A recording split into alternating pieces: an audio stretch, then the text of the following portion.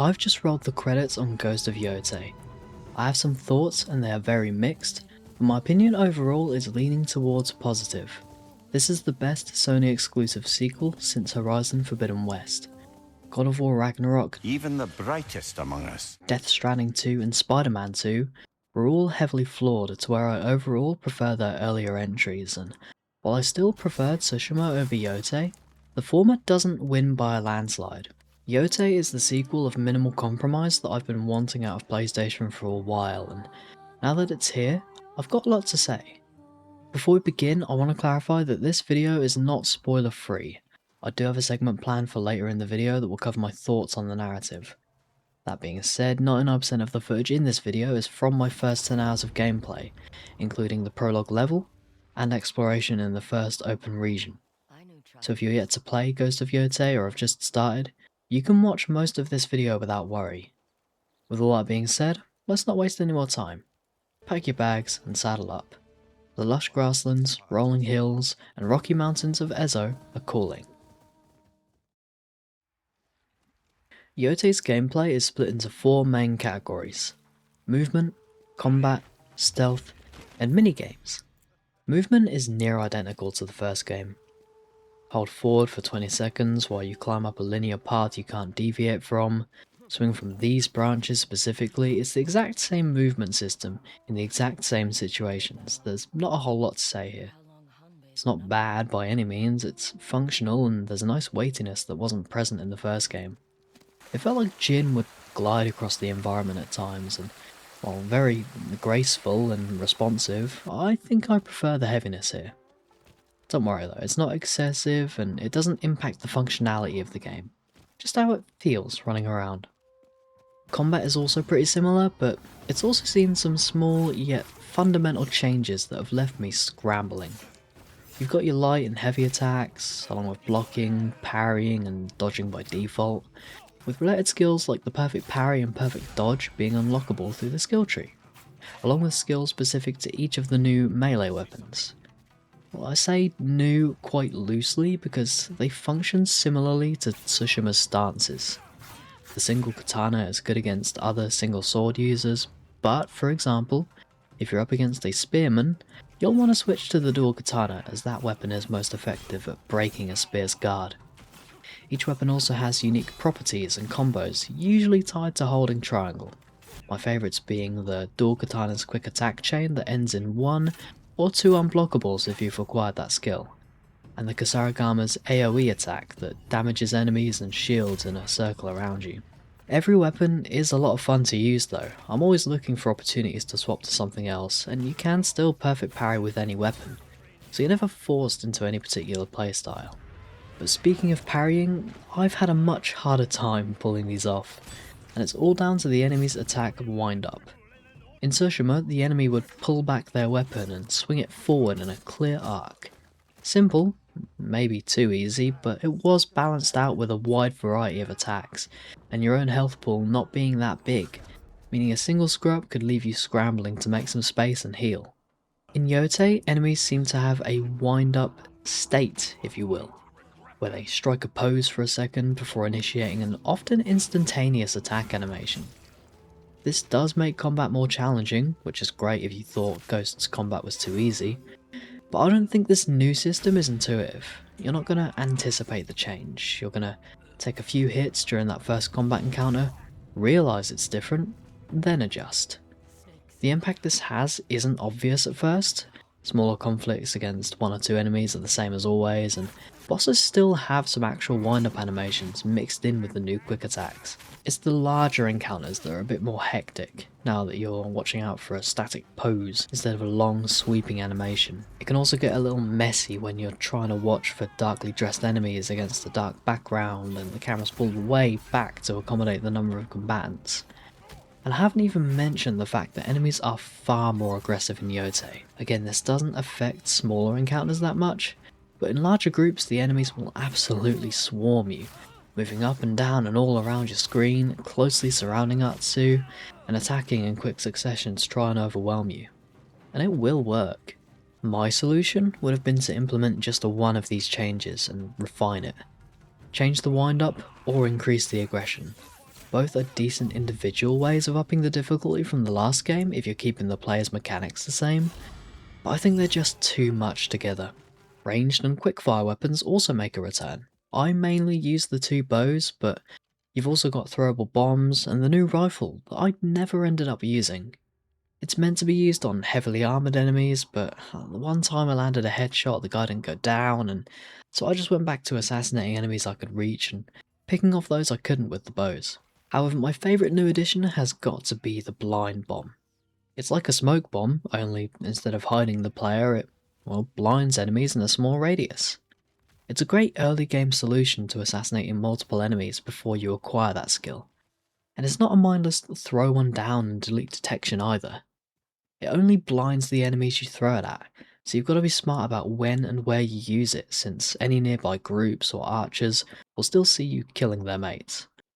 I definitely used it less in the late game once I'd gotten those stealth skills, but I can easily see it being used in the opposite way to, say, blind one group, triple assassinate another group, then hide again and circle round to deal with the first group. It's wild how many options you have with such a small set of tools and skills. But while we're touching on stealth, that's another thing that hasn't changed much from the last game. But it's for the better. Enemy detection is still fair on medium difficulty, brute and leader assassinations being locked behind the skill tree offers a nice sense of progression, and enemy encounters, such as bandit camps, the staple of any open world RPG, are designed with stealth in mind, giving you a multitude of options in every scenario. Stealth is where the movement system honestly shines for me. The parkour is simple but pretty reliable, so if you have an idea on how to sneak around a group of enemies, chances are you can probably pull it off. Roll out of cover, hop the fence, but jump when you're on top of the fence to cancel the animation and leap up onto the roof to gain the high ground. Again, it's all about making the most of a small, simple toolset, and just like the first game, they've done an excellent job of blending solid mechanics with some stellar level design. Minigames make up a small part of Yōtei's gameplay loop, but they took me by surprise and are honestly a ton of fun. The first and most prominent example is, of course, a gambling game, Zeni Hajiki. The premise is simple in that you flip coins across a table, trying to hit one coin after the other for 5 turns, whilst ensuring you don't hit more than one per turn, or flick any coins off the table. Both will hand your turn to your opponent, and the latter will see any fallen coins given to your opponent. It's easy to pick up and play. I always stopped for a game or two whenever I found one. It also makes clever use of the adaptive triggers, with the distance your coin travels being based on how far you pull the trigger, making success completely reliant on your own skill. All the minigames actually make use of the DualSense's features, aside from bamboo strikes, which are identical to the first game. I was totally caught off guard the first time I stood next to my horse and saw the camp prompt pop up. Swiping up on the touchpad to start a fire, tilting the controller to evenly cook a fish, like, dude, the last thing I expected out of my epic Japan revenge quest was a camping simulator. But I'd be lying if I said I didn't absolutely love it. It's so random, but it makes sense and just serves as a little immersive thing you can do. It helps that it's also quite useful mechanically. It lets you craft ammo, restore your spirit, and sometimes vendors will stumble upon your camp, giving you an opportunity to buy upgrades if you happen to have the materials at the time, which is useful if you've just entered a new region and haven't found said vendors there yet. You can also sleep to pass the time, which is a feature I desperately wanted in Tsushima. Sneaking into enemy camps felt better at night, but the rest of the world looked amazing during the day, so I was disappointed there was no way to sleep or meditate to pass the time. And I'm glad there is in Yōtei. The world is a complicated topic because it's both similar and very different to the first game.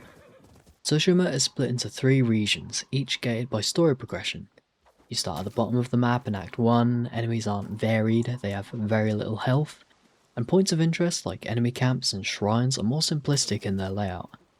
As you progress through the game and move further north, you're faced with a wider variety of enemies, with more health, and the aforementioned points of interest get larger and more complex in structure. Yōtei starts you in the Yōtei grasslands, a vast open space that's mostly flat fields and small rolling hills, with the titular mountain herself looming over you.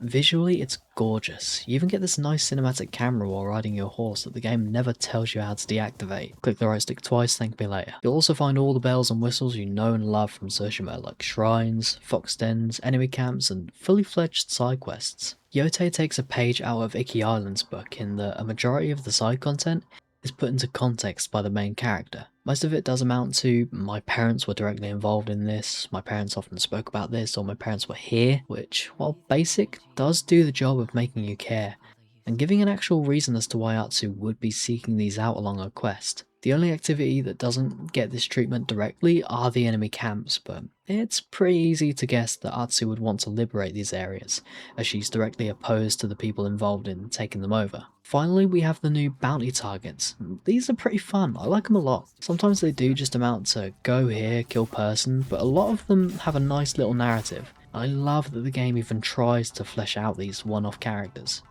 Make sure you read the targets too, you'll get a cool hat or mask for your troubles. But here is where it's different. From the grasslands, there are multiple different regions you can access through choke points in the world. These are highlighted on the map by the golden main quest markers as you gather information on Atsu's main targets. You'll finish a combat encounter, she'll leave the last one alive and be all, tell me what you know, and then you'll get a new quest marker. If you beeline the main story, the progression here is probably more natural, but I grabbed all the bounty posters, which ended up taking me all over the grasslands, and I unlocked all of them before I left for the first target. But the point I'm getting at here is that you can access any of the game's regions from the start.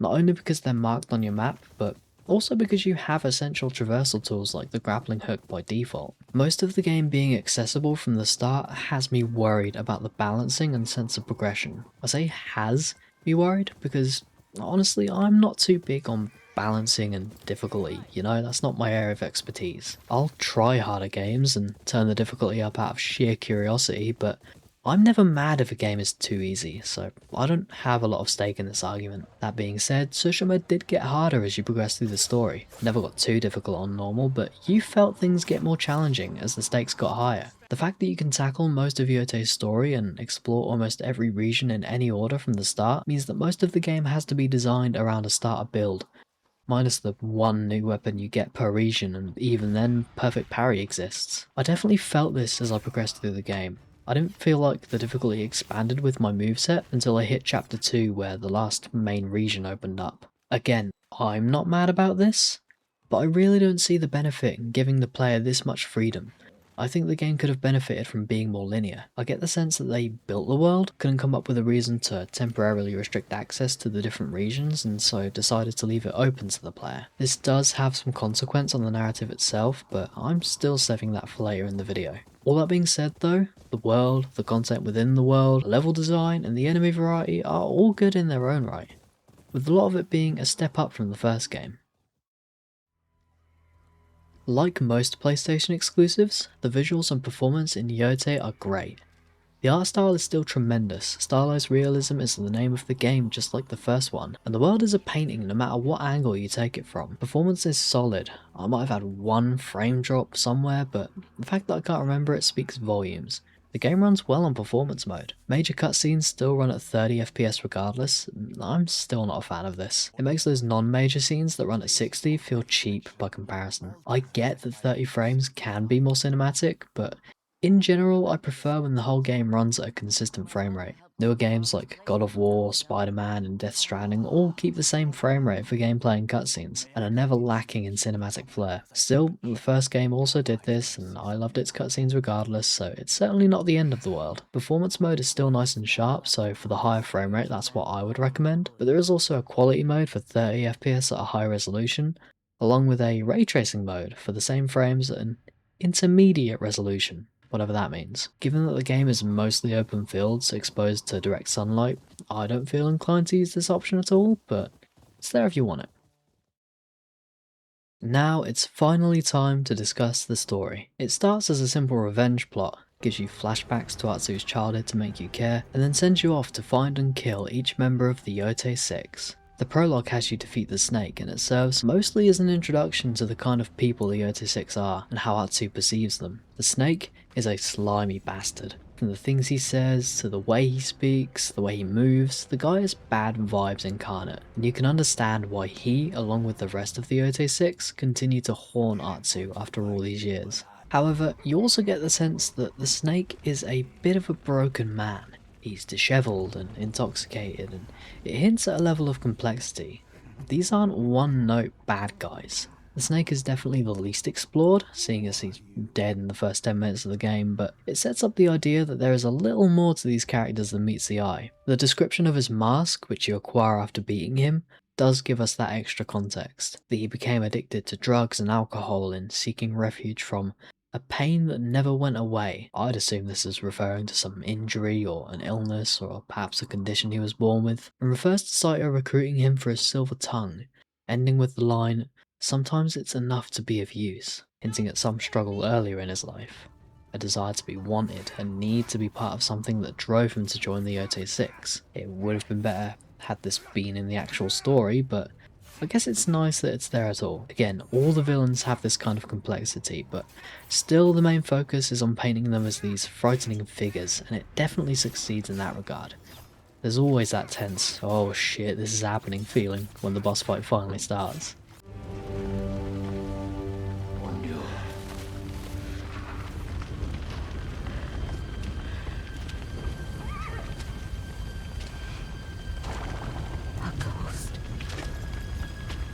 After narrowly surviving the fight with the snake, you get the first instance of Atsu being referred to as the Onryo, and the ghost. And it's this aspect, the concept of the ghost, that has me torn on Yōtei's story and the game as a whole. Before the game came out, I was worried that Atsu would just become the ghost, entirely separate from Jin Sakai and his legacy. Fortunately, this isn't the case. Unfortunately, it comes at the cost of Yōtei not exploring the concept of the ghost at all. Sure, the name is physically spoken a lot, even people who know Atsu personally will sometimes refer to her as the Onryo, but Atsu herself is always very dismissive. As the game went on, I got more and more concerned, but held out hope that, okay, if they're not going to have her accept being the ghost, maybe they'll tackle it from the angle of, well, people see her as the ghost regardless, and that has some kind of consequence down the line.